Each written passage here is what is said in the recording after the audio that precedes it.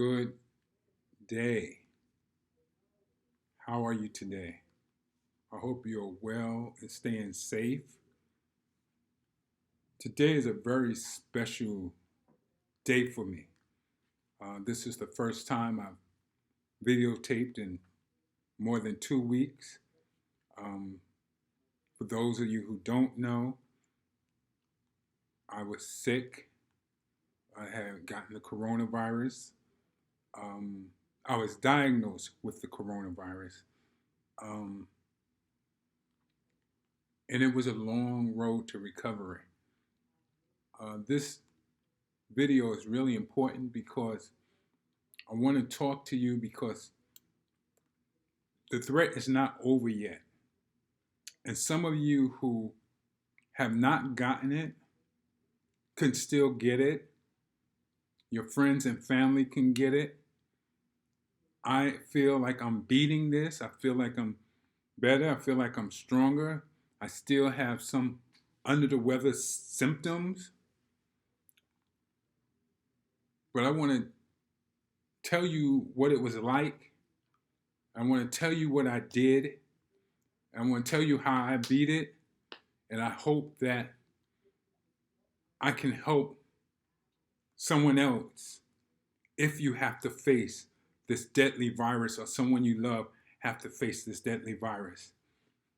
Now I'm going to do two sections. I'm going to tell you about what happened, what I felt. Like I don't know where I got the coronavirus. I just don't know where I got it. I greet people all the time. I do plays and ride the subways and all that. So I don't know. But the first thing I started feeling was headaches. I had these massive headaches, and I'm not a person who have headaches. And I was complaining to one of my friends. I'm like, I got these headaches. I don't know where it was coming from. I was looking at the foods I was eating, like maybe something I'm eating is giving me these headaches. Then I got a fever and started getting tired. I got a fever and started getting tired. So I went to the hospital, went to the emergency room because I was really that tired and weak. And when I went to the emergency room, they sat me in a chair. There wasn't even beds set up. They sat me in a chair and they tested me and say, okay, you have a fever, but you're going to be okay. And they gave me Tylenol and sent me home. So I took the Tylenol, the fever went down, but then that night, I started coughing. Every 2 to 3 words, I would cough.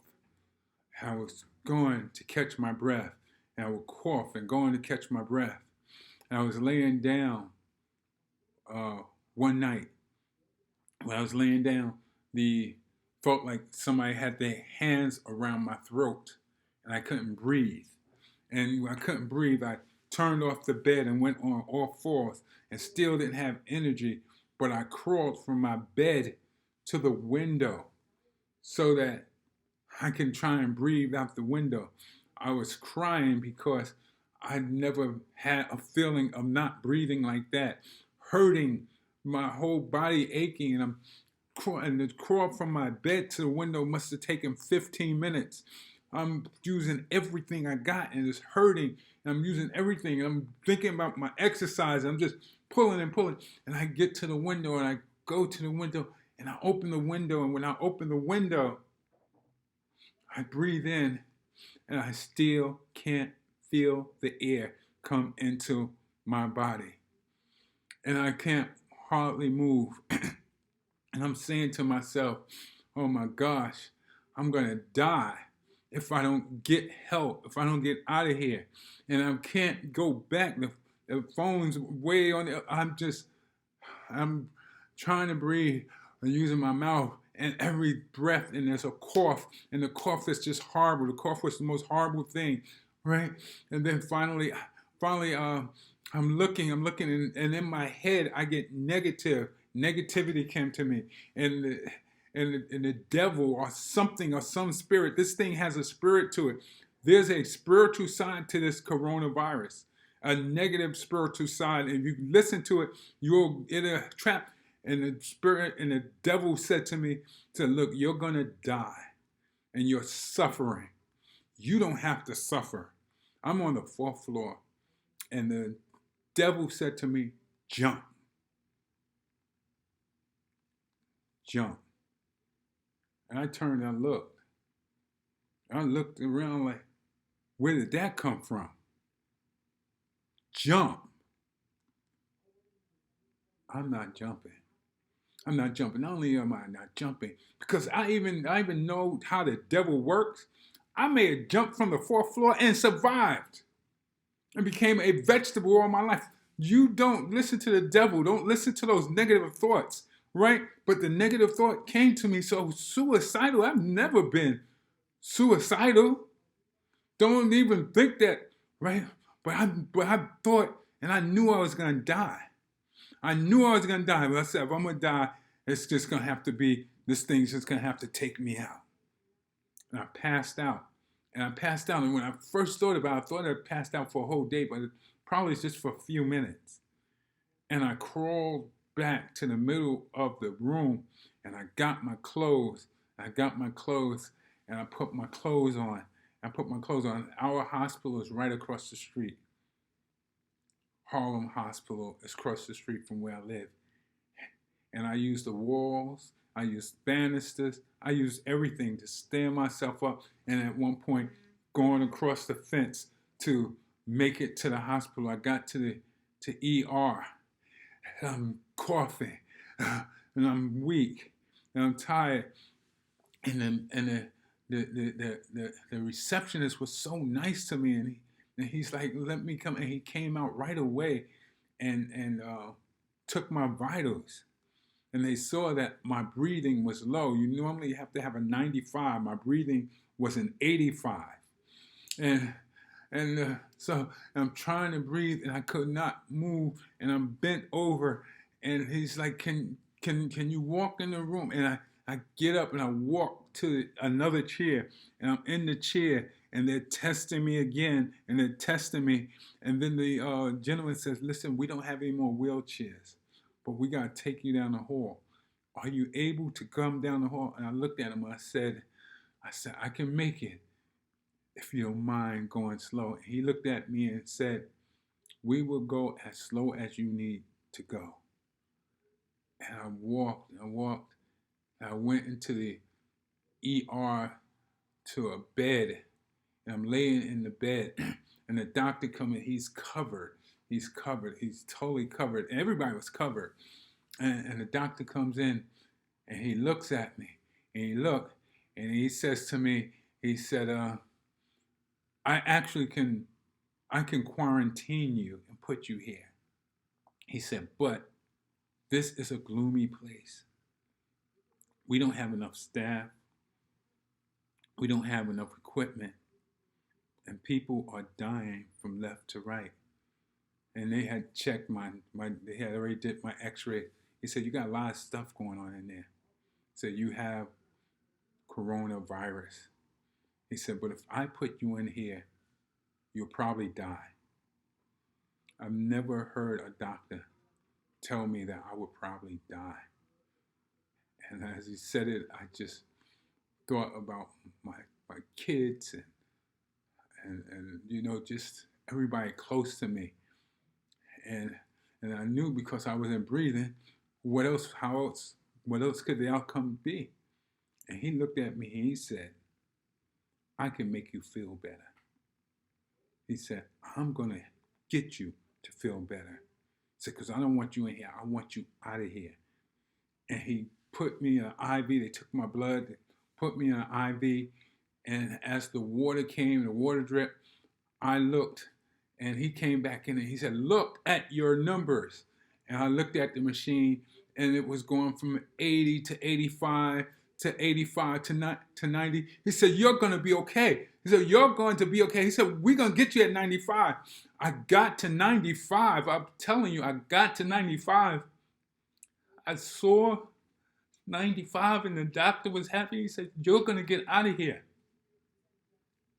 He said, you're going to get out of here. He said, because you have a better chance of surviving at home than you do in here. And I was scared. I didn't want to go home because I said, look, I have nobody at the house. I live by myself. He said, that's good. So this way you don't have to worry about affecting anybody or being affected. And then I said, I've only been eating a can of soup a day, which is what I was doing. I didn't have a home cooked meal. He said, look, you're going to have to do something about that. But you can't be here. And he said, for your cough, which was the worst. That cough was the worst. He gave me a prescription for some Robitussin. That was the best prescription I ever got. I got home and it was still hurting and I could hardly breathe. And my godfather called and he got my god sister to go and get me groceries and get me some home cooked stuff that I can use. And my good friend, my production manager, Karen and Rocky, they came and they brought me home cooked food and filled my refrigerator up. And I can still just barely go from the bed to the bathroom. It was so tough. But the thing is, and you have to listen, or if you can listen to Chris Cuomo too, the thing is, I decided I was going to fight. I decided this thing, if it's going to kill me, it's not killing me without a fight. And I was thinking to myself and imagining my freaking antibodies in my cells just kicking their butts. I'm telling you, this is what I was feeling. And it was hurting. To breathe in was hurting. And Minister Brandon started giving me these exercises for the immune system. He said, do these every day. And I started doing them. And I've got to tell you, it hurt. And it was tough to do them. But I said, I'm going to do them. Now I will open up my chest and hold my breath. And to come out. And open it again. I hold it and come out. And it was tough. But the more I did it, the better I felt. Because you have to breathe. You got to build your immune system. Because the virus is trying to work its way to your lungs. It wants to drown you. It wants to choke you. That's what that whole thing was about. Right? And I'm pushing. And I'm breathing. And I'm pushing and breathing every morning. And I'm doing that. And I'm having tea. Different kinds of tea back to back. Ginger tea and lemon water just warmed up. I stopped drinking anything that was cold. Everything that I had, whether it was almond milk, I will warm it up because the virus can't take the heat. And I knew it. And then one night while I was trying to sleep and I couldn't sleep, you can't sleep and you wake up in pools of sweat. And I just would wipe it off. And what I started doing was putting t-shirts all around my room so that when one got wet, I would put on the other one. And I would feel really sleepy and really tired and just want to sleep. And after a while, I would get some, but I'll get up and I'll walk. And I'll walk and I'll push. You gotta push because I wanted to live. I want to live. I want to see my grandson who's 8 years old. I want to see him graduate from college. I want to aggravate my son and my other sons and my daughter. I want to aggravate them some more. My exes. I want to aggravate them for 20 or 30 more years. So I pushed. And I pushed hard. And one night, while I was here sleeping, a big glob of something came out, and I spit into my urinal. And my body said to me, we got them. I felt my body telling me, we got them. We're going to be okay. And I sat down, and as I was doing my exercises, from my breathing exercises to some yoga exercises that was given to me, I sat down, started breathing, and started meditating. In my meditation, spirit of my mother and my wife came to me, and they were excited. And they said to me, "We got you on this side. We got you. We're taking care of you." And it was my wife who was speaking. My mama was in the back of her, and my mama was looking at me really proud. And I was laughing because I know my mama was giving the Lord and everybody off time about possibly bringing me over there at this time.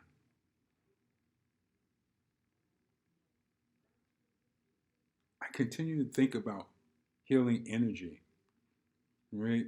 So this particular recording, I was going to go into the exercises, but I'm going to make it separate because I want all my friends and family on Facebook to know what it takes.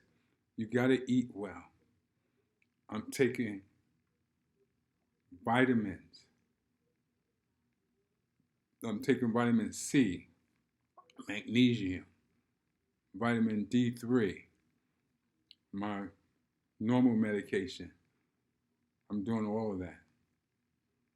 Right? I'm overloading. I'm eating oranges and apples and fruits and vegetables.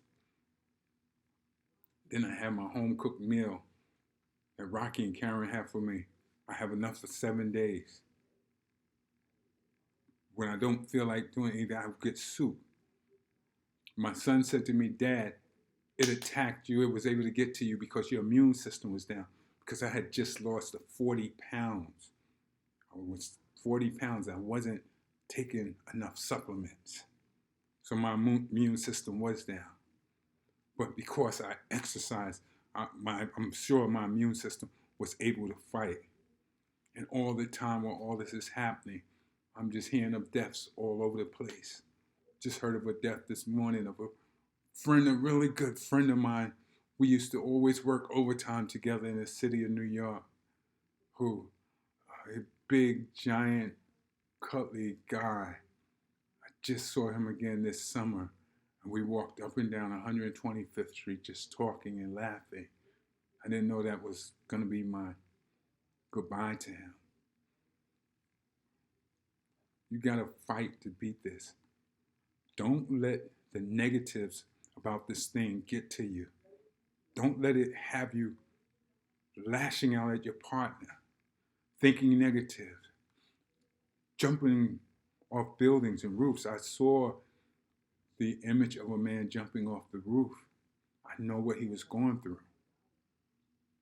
I looked out my window and I heard this man screaming, "Help me, somebody help me, please, help me, somebody, anybody." And he just took off all his clothes and he ran into our building. The security had to call an ambulance to take him away. He just wanted to have someone. The loneliness of being alone. That was terrible. It's still terrible. I don't like being alone. But I know being alone is good for me. Anyway, continue to drink. I was drinking 3 to 4 bottles of water, and I guess